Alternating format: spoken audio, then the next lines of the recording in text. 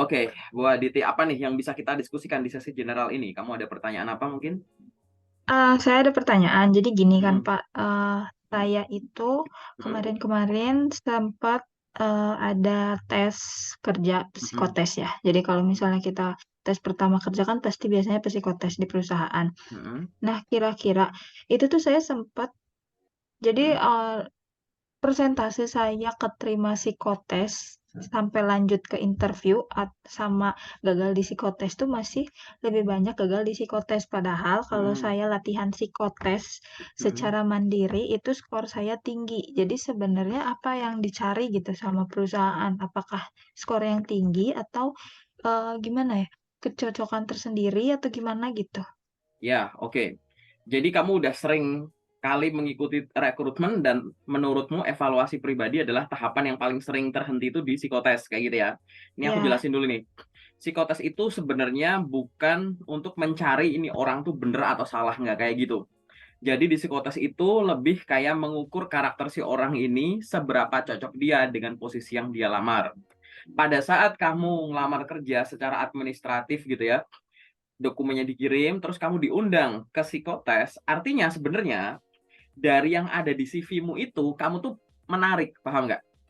Gitu. Dari yang ada di CV dan dokumen pendukung kamu, wah ini orang kayaknya cocok nih untuk posisi ini, makanya diberikan kesempatan ke tahap selanjutnya yaitu psikotes. Nanti hasil dari psikotes dia akan dikombinasikan dengan yang ada di atas kertas itu, cocok dan lain-lain atau enggak gitu. Dan kamu harus sadar bahwa kamu bukan pelamar tunggal, pasti akan hmm, dibandingkan dengan yang lain juga, nanti akan maju lagi makin mengerucut. Nah, pada dasarnya psikotes itu akan mengukur tiga hal intinya gitu. Yang pertama ya jelas kondisi psikologi gitu. Kondisi psikologi si orang saat ngikutin psikotes tersebut, ya kan? Pada saat diukur saat itu juga gitu. Kondisi psikologisnya tuh gimana gitu. Orang kalau pas lagi nggak tenang gitu, ngerjain psikotes ya mungkin akan buru-buru gitu. Yang ngitung-ngitung nggak jernih, yang hafal nggak hafal nggak jernih kayak gitu. Jadi memang kondisi psikologis ini anak tuh gimana? Itu memang tools ya, ini alatnya psikologi gitu. Jadi memang psikolog atau ahli psikologi yang memang menggunakan ini sebagai toolsnya gitu. Kondisi dari sisi situ ya psikologisnya gitu. Terus yang kedua adalah dari intelijensi si anaknya ini gitu, paling gampangnya gitu. Ya kan di dalamnya psikotes itu selain kita tahu dari sisi kondisi psikologisnya, mungkin intelijensi orang ini gimana? Karena di dalamnya akan ada soal-soal yang mengukur intelijensi orang tersebut. Terus yang ketiga adalah kita bisa sebut sebagai apa ya namanya pola perilaku gitu. Jadi ibaratnya ini anak tuh gimana sih kalau dikasih tekanan, ini anak gimana sih kalau kerja sama orang, ini anak kalau ada deadline waktu gimana, kalau ada tekanan ini gimana, itu gimana gitu. Itu nanti bentuknya ya kayak misalkan tekanannya misalkan ada soal banyak ngerjainnya singkat, ada soal yang level tingkat kesulitannya itu meningkat gitu-gitu. Itu dikonversi lah sebagai kayak gitu-gitulah ya gitu sebagai bentuk dalam bentuk soal. Nah, nanti kalau kamu pengen belajar sendiri sekedar tahu dulu browsing aja nggak apa-apa gitu. Jenis soal psikologi jenis soal psikotes gitu. Biar kamu tahu oh soal ini tuh kayak begini, soal ini ngukur gini, soal ini ngukur gini kayak gitu. Oke. Okay? Nah, terkait dengan cara belajarnya ini aku lebih merekomendasikan ke kamu paham dulu cara ngerjainnya sih gitu. Karena sebenarnya ya mau belajar atau enggak itu sebenarnya tergantung ke masing-masing dan nggak terlalu ini sih, nggak terlalu wajib sih gitu. Yang penting tuh jangan sampai kamu nggak tahu cara pengerjaannya tuh gimana gitu kan. Ya, banyak orang yang kurang familiar dengan cara pengerjaannya akhirnya mengerjakannya lambat. Misalkan tes Pauly-Kraepelin yang penjumlahan gitu atau yang misalkan ada yang gambar-gambar tertentu kayak gitu. Itu jadi pengerjaannya jadi lebih lambat karena dia ibaratnya di luar sana orang memberikan edukasi atau sharing secara online itu ada, tapi kita nggak cari tahu dulu gitu. Sebenarnya ini aku sih tahu ya, sebenarnya kalau kamu di internet itu ada orang-orang pihak-pihak yang nge-share soal psikotes nih kunci dan jawaban gitu. Sebenarnya itu nggak boleh ya. Ini aku kasih tahu dulu kamunya. Sebenarnya itu nggak boleh. Kenapa? Karena diatur, ada aturannya di situ. Gitu. Aku lupa nama undang-undangnya ya. Itu memang nggak boleh nge-share soal psikotes dan jawaban kayak gitu. Karena memang soal psikotes itu harus dijaga hasilnya dan toolsnya dan hanya boleh dioperasikan oleh ilmuwan psikologi atau psikolog gitu bahasanya di undang-undang tersebut. Jadi sebenarnya nggak boleh. Nah, tapi gini, kadang tuh soal psikotes tuh kadang mirip-mirip sama kayak tes TPA gitu-gitu loh, tes potensi Mm-mm. akademik atau apa kan mirip-mirip gitu. Sehingga jadi kecampur-campur. Nah, orang-orang yang nggak tahu, kurang literasi semacam itu akhirnya menyebar. Dan penyebaran ini ya mungkin udah dari dulu-dulu kali ya gitu. Karena bahkan waktu aku masih Mm. jadi seorang first graduate atau waktu masih masuk kuliah gitu, hal-hal semacam itu ya udah beredar di internet kayak gitu. Nah, yang Mm-mm. mulai dari siapa ya nggak tahu. Nah, maksudku adalah berarti kan sebenarnya kamu bisa belajar dari sesuatu yang sebenarnya nggak diperbolehkan itu ya dalam tanda kutip ya gitu. Tapi kalau Mm. aku ditanya ya yang penting tuh kamu familiar dulu sama soal-soal pengerjaannya dan tenang. Jadi kunci dari psikotes itu adalah tenang. Tenang saat mengerjakan. Tenang saat mengerjakan itu dibawa dari beberapa hari sebelumnya. Misalkan ya tenang aja. Jangan malah H-1 malam-malam kamu latihan soal atau gimana-gimana malah baru baca. Enggak, tenang aja. Tidur teratur, nggak usah stres, having fun sama teman, ngapain kayak gitu-gitu. Yang penting tenang. Kalau udah belajar, berhenti, kan meresap nih ilmunya meresap gitu. Nah, pada saat meresap kamu tenang, maka yang udah kamu resap ke dalam pikiran gitu, nanti dikeluarinnya tuh gampang gitu. Dan ini sebenarnya berlaku untuk tes-tes yang lain, misalnya kayak interview. Jangan 2 hari lagi mau interview, sekarang kamu belajar. Pak minta tips dan trik dong cara interview gimana. Kalau ditanya pertanyaan gini gimana, lo itu harusnya jauh-jauh hari. Kamu belajar secara literasinya dulu ya gitu, baca, nonton konten, habis itu praktek ngomong gini gitu. Habis itu tidur malam dan lain-lain kan meresap terus ya, nambah pertanyaan-pertanyaan yang biasa muncul. Nah, begitu kamu tenang, begitu ada interview, mau pertanyaan dadakan kayak gimana pun juga nggak masalah gitu. Sama halnya seperti interview, psikotes itu juga soalnya kita nggak ada yang tahu gitu. Paling ya polanya aja yang mirip-mirip semacam itu. Jadi ngapain pakai belajar yang dihafal sampai segimananya gitu loh. Paham nggak di sini? Kayak Ah gitu. iya. Jadi di sini lebih kuncinya ke situ. Nah, balik lagi, kadang tuh orang kenapa kok nggak lolos? Ya memang ada beberapa kemungkinan gitu. Yang pertama, kita ngomongin dari faktor internal dari kamunya dulu ya gitu. Ya mungkin tadi hasil psikotesmu itu memang belum sesuai dengan yang dibutuhkan oleh perusahaan. Ini kan lebih ke kecocokan ke posisi kan. Oh ini orang tuh punya karakter kayak begini, ini kurang cocok untuk posisi ini misalkan kayak gitu. Bisa aja kan penilaian ini ada di perusahaan gitu. Yang kedua, mungkin dari sisi tadi kamu dibandingkan sama yang lain mungkin lah ya gitu. Misalkan standar kelulusan 70, misal kita pakai angka asal. Standar kelulusan 70, nilaimu 75, tapi orang-orang lain tuh ada yang 85, 95, 90 gitu-gitu loh, paham nggak? Kayak gitu. Mungkin Ya. juga kayak gitu. Atau yang lain lagi misalkan faktor-faktor yang simpel, misalkan apa? Misalkan gini, waktu kamu belajar kamu pede, tapi gara-gara kamu dalam tanda kutip terbiasa psikotes tuh belajar dulu kayak gitu, waktu hari H panik. Jadi pada saat kamu ngerjain soal aslinya, itu nggak sebagus pada saat kamu latihan. Karena pas latihan kamu nggak dituntut tekanan apapun. Tekanannya tuh cuma dalam dirimu sendiri. Oke, aku jadwalin besok aku belajar latihan ini gitu kan. Akhirnya kamu belajar gitu misalkan. Tapi begitu di hari H kamu panik dan lain-lain, akhirnya yang kau pelajari jadi blank. Sering ya dengar kayak gitu ya. Udah belajar ini itu ternyata waktu tes kok malah ngeblank. Aku udah belajar interview gini gitu, waktu ditanyain pertanyaan itu, aduh, aku tahu jawabnya gimana tapi kok ngeblank ya itu. Habis aku selesai tes baru keinget jawabnya gimana gitu. Paham nggak? Paham. Itu jadi itu yang kemungkinan bisa bisa terjadi juga kayak gitu. Lalu apa yang harus dilakukan pada saat ya apa yang harus dilakukan pada saat kamu ngerasa terhenti terus di psikotes macam itu. Nah, saat beberapa kali kamu ngalamin terhenti di psikotes, yang pertama itu adalah coba identifikasi dulu. Psikotes ini kan soalnya macam-macam ya. Ada yang huruf, ada yang angka, ada yang bentuk, ada yang ruang dan gitu-gitulah ya. Gitu. Kira-kira tuh mana sih yang kamu nggak pede untuk atau belum terlalu paham untuk kerjainnya gimana gitu. Cari di internet banyak kok orang-orang udah share. Nonton di YouTube aja atau cari guru yang bisa ngomong ya, jangan kalau belum paham di awal jangan interpretasi sendiri, paham kan? Jangan baca artikel terus kamu baca terus kamu nalar sendiri. Di sana yang dalam bentuk video-video tuh udah ada orang-orang yang ngajarin. Jadi dengerin, oh Mm. harusnya gini, gini, gini. Biar nanti kamu bisa cocokin dulu. Yang kurangnya kamu di mana, di situ. Yang pertama. Yang kedua, coba dibandingkan dengan posisi yang kamu lamar. Jadi misalkan posisi kayak begini tuh butuh karakter orang itu yang semacam ini. Posisi yang kayak gini tuh butuh orang yang semacam ini, gitu-gitu. Coba sambil di logika-logika itu. Ini orang harus punya Aku mau intelijensi. nanya, Gimana? kalau misalnya nilai psikotes dia mungkin standar gitu ya, tapi dia pribadinya itu dibutuhin sama perusahaan. maksudnya di posisi itu, gitu. Mungkin nggak dia dilolosin di Ya sekarang bagian kalau kita ngomongin mungkin atau enggak kan tetap mungkin dan enggak ya. Kemungkinan masing-masing orang yang ikut psikotes untuk lolos atau enggak lolos kan 50-50. Mungkin iya, mungkin enggak gitu loh. Gitu. Hmm.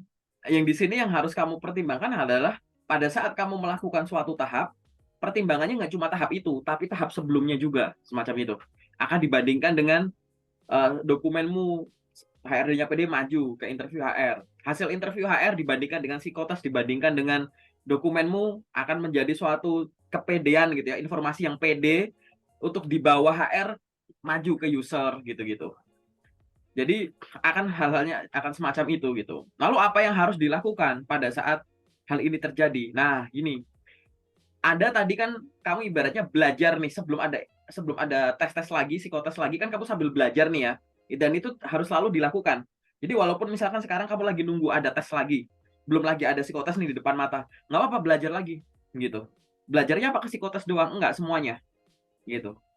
Jangan belajar yang di depan mata. Mentang-mentang belum ada undangan psikotes, kamu cuma apply jawab doang. Mentang-mentang di depan mata psikotes cuma belajar psikotes, interview enggak. Belajar itu sampai ujung. Belum ada panggilan, kamu luangin waktu untuk nyusun CV dan dokumen yang benar gimana, soal psikotes gimana, cara jawab pertanyaan interview yang biasa muncul di HR atau user gimana, luangin waktu untuk olahraga, barangkali nanti ada medical check up, baca-baca tentang kontrak kerja gimana, baca tentang tips dan trik probation gimana, gitu-gitu. Jadi walaupun kamu belum ada panggilan, belajarnya sampai ujung, gitu. Tinggal disusun di waktu 24 jam. Harus konsisten gitu. Jangan dibiasakan belajar di depan mata. Itulah kenapa ya aku bilang kalau belajarnya kamu langsung sampai ujung, kan ada waktu pada saat kamu istirahat gitu ya. Itu kan kayak diserap dulu gitu loh ke dirimu gitu. Jadi kalau udah kebiasa gitu, nanti kamu apa? Mau tesnya besok kayak 2 hari lagi kayak mau dadakan hari ini kayak performu tuh sama, paham nggak? Gitu.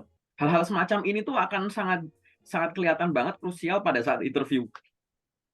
Kalau kamu udah biasa belajar jauh hari gitu, mau dadakan ditelepon untuk di interview saat itu juga, diundang interview nanti siang, besoknya, cara jawabmu tuh udah bener, jawabannya udah bagus, karena jauh-jauh hari kamu udah persiapin.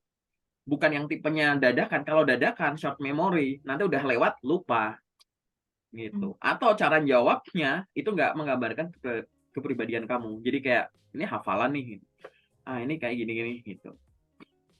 Ingat ya gitu, kamu harus pelajari di situ dulu. Nanti detailnya aku ditaruh di sesi 2 gitu terkait dengan psikotes gitu. Oke, tapi sampai di sini paham ya gambaran frame awalnya dulu ya, kayak gitu. Ya, paham. Oke, lalu yang selanjutnya apa nih, Dit, yang bisa kita diskusikan? Nah, itu kan tadi soal psikotes ya. Terus saya juga kan pernah interview, beberapa kali interview. Nah, saya memang kan tujuannya itu mau switching karir. Karir saya sebelumnya kan itu content creator, terus saya mau switching karir jadi analis. Analis, bisa data analis atau sistem analis, pokoknya berhubungan sama pendidikan saya sebelumnya. Pendidikan saya yang saat ini, yang baru saya lulus. Nah, itu saya kadang masih agak bingung gimana ya caranya supaya uh, menjelaskan dengan lugas gitu, kayak saya mau switching karir karena saya sering dapat pertanyaan kenapa nggak konten kreator aja, kan udah punya pengalaman 3 tahun gitu. Sementara kan saya memang pengen switching karir ke situ karena saya mau um, meng- apa ya mengikuti pendidikan saya gitu loh. Oh, apakah pekerjaan kamu yang konten kreator itu dilakukan sebelum kamu lulus kuliah? Iya, jadi saya kuliah kan 2 kali. Pertama D3 lalu S1. Nah, saya ini pengen untuk cari pekerjaan, karir saya yang sekarang ini, menginduk ke pendidikan saya yang S1 ini gitu. Sementara waktu konten kreator ini, pekerjaan saya setelah lulus D3 gitu, Pak. Oke, gini. Jelasin ke aku dulu ya. D3 ke S1 ada break dulu nggak? Iya, Atau itu ada langsung? break. Breaknya berapa Ada tahun? break. Breaknya 1 tahun. Nah, 1 selama tahun. 1 tahun itu saya kerja jadi konten kreator. Konten kreator. Dan pada Ya, saat sudah kerja jadi konten kreator, kamu masuk ke S1 ekstensi, tapi konten kreatornya masih jalan. masih jalan sampai 2 tahun saya Sampai selesai 2 tahun, kuliah. sampai selesai kuliah. Iya, Oh, oke. Oke, nih aku jelasin ya. Jadi gini, kunci dari ini secara umum ya, saat orang ingin melakukan switch karir kayak gitu, maka yang cara tergampang, termudah, termeyakinkan bahwa kamu mampu switch itu adalah melampirkan portofolio. Oke? Karena ibaratnya gini, saat kamu bekerja sambil kuliah tadi, kan dalam tanda kutip kan kamu punya portofolio konten kreator nih, ya enggak? Gitu. Saat kamu switch karir, gitu, kita sebagai orang yang nggak kenal kamu akan melihat bahwa, lo ngapain kamu switch? Udah sekian tahun loh sebagai konten kreator, gitu. Padahal kan sebenarnya kalau kamu pakai logika di sini kan kamu bisa bilang, loh, saya punya pengalaman pendidikan A, kemudian saya ekstensi punya pengalaman pendidikan B, ya enggak? Saya punya pengalaman kerja C. Berarti kan saya punya 3 kemampuan ini. Saya punya D3-mu apa sih? Bentar, aku lihat dulu ya. Nah, oke. Jadi ibaratnya gini. Kamu tuh sebenarnya cuma harusnya bilang gini loh. Dari pengalaman pendidikan dan kerja saya punya skill ABC. Paham ya? Halo, halo.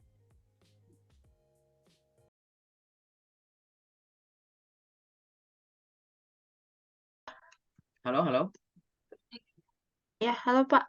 Oke, aku lanjut lagi. Sinyalnya error nih, Ya, biasa kayak mau hujan. ya. Jadi gini, kamu kan sebenarnya bisa bilang gini, Pak, Bu, saya tuh punya pengalaman A, pendidikan A. Saya punya pendidikan B. Saya punya pengalaman kerja C. Artinya saya kan punya 3 skill ini. Tapi rencana saya karir ke depan, saya mau pakai yang B, misalkan gitu. Paham nggak? Gitu. Jadi kalau kalau Ya. ditanya gitu, jadi jangan seolah-olah kamu cuma punya skill tunggal gitu. Loh, kamu kan kemarin pengalaman kerjamu jadi konten kreator. Kenapa sekarang kamu pengen switch menjadi seorang data analis? Semacam itu. Ya kamu sampaikan bahwa benar, dari pengalaman pendidikan saya menghasilkan pengetahuan tentang data analis. Dari pengalaman kerja saya sambil kuliah, dari pengalaman kerja, saya punya pengalaman sebagai seorang content creator. Saat saya menyelesaikan pendidikan saya, artinya saya punya 2 skill utama, yaitu content creator dan data analisis. Nah, saya memiliki planning karir ke depan untuk menggunakan kemampuan data analisis saya untuk karir saya. Gitu. Saya merasa mampu karena tidak hanya dibuktikan dari ijazah saya lulus pendidikan tersebut, tapi dari beberapa proyek yang sudah saya lakukan, yang saya lampirkan di portofolio berikut, misalkan gitu. Jadi kamu harus ngomongnya itu adalah ada buktinya. Jadi ada alasan dan bukti karya, gitu. Paham nggak? Padahal kalau dipikir-pikir Ya. juga nggak swiss-swiss amat gitu, ya kan? Iya. Gitu. Ibaratnya kan gini. Kamu punya tas, terus isinya ada apel, jeruk, gitu kan? Ada Ya. apel sekilo, jeruk sekilo. Terus kamu makan apel terus. Terus habis itu kamu makan jeruk. Terus ditanya, kamu kenapa sekarang makan jeruk? Ya ini di kantongku ada apel sama jeruk ya terserah aku dong. Kan aku ada Mm-mm. dua-duanya nih gitu. Nah kamu jangan pertanyaan tadi itu sebenarnya untuk mendistract tujuanmu. Jadi di sini itu ingin diketahui sebenarnya kamu fokus nggak dengan apply ini atau asal. Yang kedua, Mm. kalaupun fokus, kamu bisa nunjukin nggak alasan utamanya. Tapi alasan utamanya jangan cuma ngomong bahwa pendidikan saya relevan dengan posisi yang dilamar. Jangan cuma itu. Karena kalau pendidikan relevan untuk posisi yang dilamar, pertanyaanku, apakah iya orang lulusan jurusan psikologi tiba-tiba langsung keterima untuk setiap loker jadi rekruter? Kan enggak, diseleksi juga, ya enggak? Gitu. Orang jurusan pendidikan bahasa Inggris apa otomatis jadi guru bahasa Inggris? Setiap lowongan bahasa Inggris, kalau ada orang pendidikan background-nya pendidikan bahasa Inggris, apa nggak perlu diseleksi langsung masuk? Kan nggak butuh diseleksi, gitu. Sehingga kalau dikonversi di interview, artinya adalah kalau ditanya loh, kenapa kamu ingin melamar untuk posisi data analis gitu? Kamu switch banget, gitu. Ya kamu nggak bisa cuma ngomong karena pendidikan saya relevan dengan data analis. Jangan berhenti di situ, kalimatnya dilanjut dengan bukti-bukti karyamu. Paham nggak? Gitu. Ya. Jadi paling nanti kalau ini aku kasih skenario jawaban spontan ya. Nanti silahkan disusun dengan gaya komunikasimu sendiri, barangkali bisa lebih efektif. Jadi kamu boleh sampaikan, misalkan, baik Bu Diti, terima kasih untuk pertanyaannya. Memang benar bahwa pada saat saya menempuh pendidikan S1 jurusan ini, saya juga sambil bekerja sebagai seorang content creator. Nah, pada saat saya menjadi seorang fresh graduate lulus dari pendidikan tersebut, akhirnya saya memiliki 2 skill utama, yaitu kemampuan content creator dan kemampuan data analisis.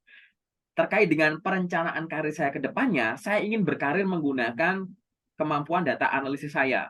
Hal ini adalah salah satu alasan kenapa pada saat itu saya memutuskan S.T.N.T. untuk di jurusan ini dengan konsentrasi ini. Pada saat saya menjadi seorang lulusan jurusan data analisis gitu kan, saya mencari kesempatan untuk bisa menjadi seorang data analis karena saya terbiasa untuk mengolah data menggunakan software ini. Hal tersebut dibuktikan dari beberapa proyek selama kuliah yang sudah saya lakukan, di antaranya ini. Pada saat mengolah data tersebut, saya menggunakan software ini. Jadi saat ini saya sedang berfokus untuk berkarir menggunakan kemampuan data analisis saya, gitu. Tanpa ngerendahin kayak seolah-olah konten kreatormu tuh nggak berguna, ya tetap berguna. Ini 2 kemampuan Hmm. utama saya, semacam itu. Nggak masalah, gitu. Hmm. Gitu kan. Terus ibaratnya, tapi buat apa data analisis? Tapi kan kemampuanmu konten kreator, mungkin kamu bisa sambungin gitu. Pada saat saya menjadi konten kreator, di sana saya belajar terkait dengan bagaimana menyajikan konten yang diminati oleh penonton.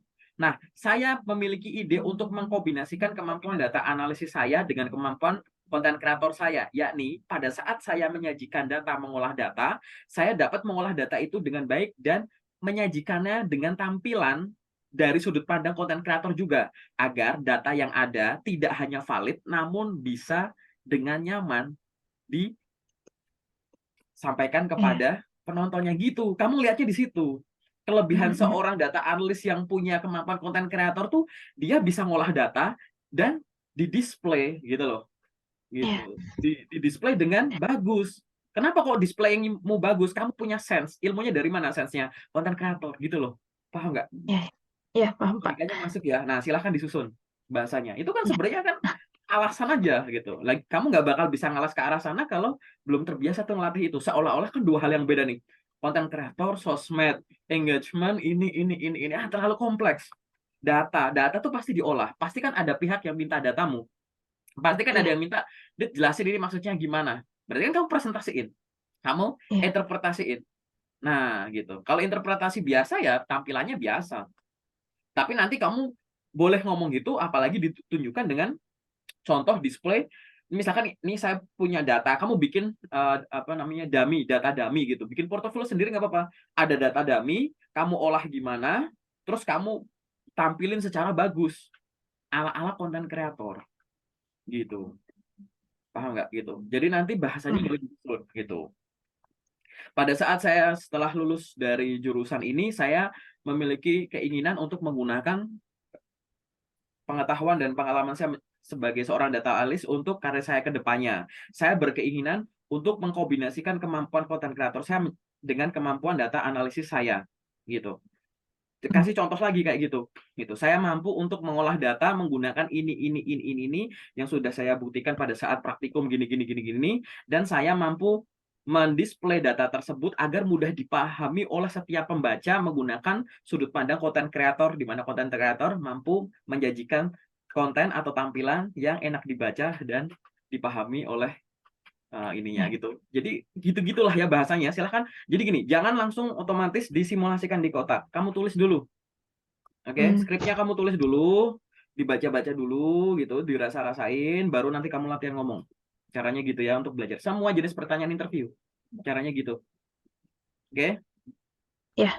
Oke. Ada pertanyaan apa lagi biasanya saat interview yang kamu masih kurang ini? Silahkan. Ada nih, Pak.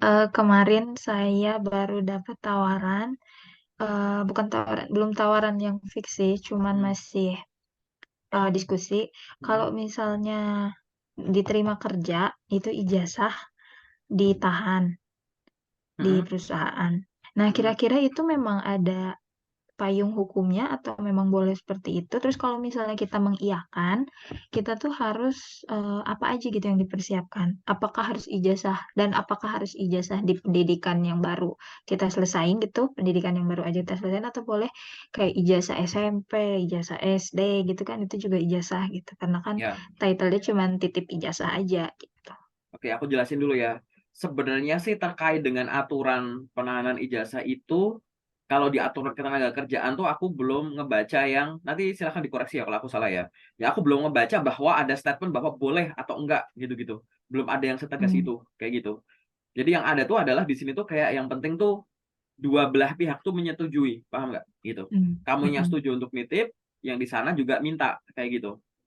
Jadi semacam itu. Karena memang masih banyak pro dan kontra. Ada di beberapa daerah, beberapa provinsi yang memang tahan ijazah tuh memang jadi gini, memang di aturan tenaga kerjaan nggak ada, tapi aturan pemerintah gitu yang lebih gini, lebih lebih sempit lagi ya di daerah tertentu. Misalkan kayak kayak di provinsi Jawa Tengah kalau nggak salah, itu ada bahwa nggak boleh tuh, udah ada surat Oh. edarannya gubernur nggak boleh bahwa ini nggak gini-gini karena melanggar apa dari waktu itu ada di beritanya kok gitu, Mm-mm. Kemenkumham gitu. Nggak boleh itu tahanan ijazah gitu. Itu ininya ada payungnya yang lebih sempit. Jadi aturan gedenya nggak ada, tapi yang lebih sempit itu ada. Tapi aku belum baca itu akan berlaku ke daerah-daerah lain dan lain-lain gitu loh, gitu. Makanya aku Ya. pengen sampaikan bahwa ya sejauh ini eh, dilarang ya enggak gitu. Berarti kan tergantung persetujuan dua belah pihak nih, kayak gitu. Nah, saranku buat kamu adalah sebelum kamu mengiyakan tahan ijazah tadi, kamu harus punya skenario. Yang pertama, bayangin dulu, kamu bakal bisa bayangin nggak kamu akan berkarir di sini lama, kayak gitu. Hmm. Kalau kamu nggak bisa bayangin ya jangan buru-buru. Yang kedua adalah bayangin tentang resiko-resiko penahanan dokumen resmi, kayak gitu. Ya, aku ngomongin dokumen resmi karena ada yang nggak cuma tahan ijazah, ada yang bisa digantiin ke KTP lah, ke apalah gitu-gitu. Nah, ini kamu juga mikirin resikonya. Kalau resiko baik nanti dulu. Kita ngomongin resiko nggak enaknya dulu. Apa sih gitu? Ijazah hilang, ya tanggung jawab siapa? Ijazah disalahgunakan, ijazah susah diambil, gitu-gitu. Kamu cari dulu skenarionya. Kan kita juga harus mempertimbangkan itu juga. Ini perusahaan ini juga kita pertimbangkan, ya kan? Kalau perusahaannya gede meyakinkan ya nggak masalah. Memang beberapa perusahaan di beberapa profesi itu memang mewajibkan tahan ijazah, misalnya karena pekerjaan-pekerjaan yang beresiko, misalnya bersama finansial, beresiko fraud dan lain-lain kayak gitu. Ijazah-ijazah kayak gitu tuh dititipin gitu. Tapi banyak juga kantor-kantor yang aku dari teman-teman sharing tuh ada yang ngomongnya tahan ijazah, ada yang ngomongnya bahasanya nggak tahan ijazah. Ijazahnya Titip. dititipin sama aja Iya. gitu. Apa Heeh. bedanya sama tahan dititipin gitu. Gitu. Terus kamu pertimbangkan itu dulu gitu. Nah, kalau kamu udah pertimbangkan itu dan akhirnya kamu menyimpulkan ya udahlah nggak apa-apa kayak gitu, artinya kamu harus eh, menerima semua konsekuensi yang ada sampai ya nanti ijazahmu balik ke kamu lagi. Banyak kok dari teman-teman yang akhirnya nggak ngambil kerjaannya gara-gara nggak mau tahan ijazah, tapi banyak juga yang mau tahan ijazah dan oke-oke aja. Banyak juga yang tahan ijazah tapi akhirnya bermasalah kayak gitu. Jadi ini pertimbangan kamu tuh harus komprehensif ya. Ini diukur-ukur dulu kayak gitu. Nah, lalu kalau terkait dengan ijazahnya ini apakah harus ijazah pendidikan terakhir? Ya terserah kerjasamamu atau obrolanmu sama si pihak perusahaan. Beliaunya mintanya gimana gitu. Ada yang boleh, ada enggak gitu-gitu. Nah, kalau kita mengiyakan bahwa ijazah itu ditahan gitu, artinya apa yang harus dilakukan? Nomor satu, kamu harus wajib ngomong bahwa penahanan ijazah tersebut harus dituliskan di kontrak kerja atau dokumen itu, penitipan ijazah itu. Dengan menyebutkan pihak pertama siapa, pihak kedua siapa, terus menahan ijazah apa, nomor ijazahnya berapa, gini-gini, selama berapa lama, dengan tujuan apa, ibaratnya gitu. Dan nanti mekanisme pengambilannya gimana, gitu. Jangan sampai nanti ditahan ijazah, cuma tahan doang. Kalau bilang, oh kita nggak ada surat-surat begitu, jangan mau. Jelas sama mau jangan mau. Kenapa? Ini dokumen resmi loh, ya kan? Hmm. Sama kayak KTP lah, itu kan dokumen resmi. Masa nitipin dokumen resmi kayak ke tetangga sendiri gitu kan? Ini kan soalnya kerjasama, ya kan? Gitu. Kamu Hmm. sama perusahaan kan kerjasama, bukan bertetangga, gitu kan? Kerjasama antara perusahaan, sehingga harus dia dokumennya dokumen resmi. Ya, harus ada itu, gitu. Jangan cuma lewat lisan aja gitu. Jangan tiba-tiba mau lewat lisan aja gitu. Tinggal ya udah lanjut aja semacam itu. Nanti ada perusahaan yang tahan ijazahnya cuma periode tertentu doang. Jadi cuma berapa bulan habis itu kamu lanjut kerja tetap langsung dibalikin. Jadi dipulangkan di tengah kamu masih kerja. Ada yang dipulangkan setelah kamu resign, setelah kamu keluar. Gitu ada gitu. Ada yang dipulangkan beberapa lama setelah kamu keluar gitu. Ada Hmm. teman beberapa yang share sama aku tuh ada yang nunggu sebulan dulu, ada yang nunggu 3 minggu, ada yang nunggu 2 minggu setelah keluar baru jasnya balik gitu-gitu. Macam-macam, macam itu. Tapi jasa ini sebenarnya akan menjadi Apa ya, kalau bahasa oke ya, akan menjadi beban juga kalau kelamaan gitu. Karena, perusahaan itu pasti akan diaudit, akan ada audit tuh, kayak gitu. Kalau masih ada pendingan-pending ijazah, orangnya udah nggak ada, itu akan jadi, Tanda note tanya. sendiri, ya gitu. Balik lagi ya, Oh, ini balik lagi ke masing-masing orangnya, pelajari lagi ke situ. Pertimbangannya lebih ke pertimbangan dirimu sendiri kok, nggak usah terlalu pertimbangin biasanya orang-orang gini, coba tanya sama dirimu sendiri, gitu. Kamu mau seberapa ribet terkait dengan penahanan ijazah? Gitu. Kamu mau seberapa gini-gini, coba bayangin perusahaannya gimana, ini perusahaan bisa dipercaya nggak? Kamu bisa lama di sini nggak? Kamu di posisi ini gimana nggak gitu? Sehingga nanti kamu akan memiliki pertimbangan yang bijak terhadap preferensimu sendiri terkait penahanan ijazah gitu. Oke? iya. Terus apa lagi? Pertanyaan umum yang mungkin kamu ada pertanyaan. Segitu dulu sih, Kak. Heeh. Cukup ya, itu dulu ya. Iya Oke, iya kalau sekarang itu dulu kita masuk ke sesi detailnya ya. iya. Oke, wait.